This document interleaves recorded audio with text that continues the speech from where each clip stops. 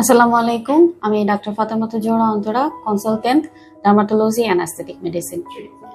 আজকে আমরা কথা বলবো সানস্ক্রিন সম্পর্কে, আমাদের দৈনন্দিন জীবনে সানস্ক্রিনের ভূমিকা সম্পর্কে।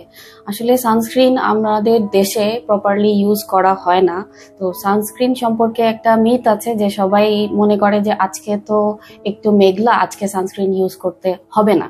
না, সানস্ক্রিন কিন্তু ইউজ করতে হবে। একটা ব্রড স্পেকট্রাম সানস্ক্রিন ইউজ করতে হবে এবং অবশ্যই ইউভিএ ইউভিবি কভারেজ সহ সানস্ক্রিন ইউজ করলে বেটার হয়। এবং অবশ্যই সেটা এসপিএফ ন্যূনতম 30 এবং ক্ষেত্র বিশেষে আমরা এসপিএফ 50 পর্যন্ত প্রেসক্রাইব করে থাকি।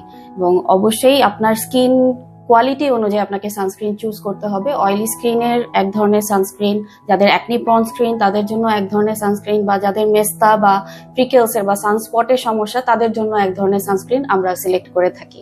তো আমার পার্সোনাল প্রেফারেন্স বায়োডার্মার সানস্ক্রিন ফটোডার্ম অ্যাকোয়া ফ্লুইড। আপনারা আপনাদের স্কিন টোন অনুযায়ী এবং আপনাদের স্কিন কোয়ালিটি অনুযায়ী আপনাদের নিকটস্থ ডার্মাটোলজিস্টের কাছ থেকে অবশ্যই একটা ভালো সানস্ক্রিন প্রেসক্রাইব করে নিয়ে সেটা ইউজ করবেন।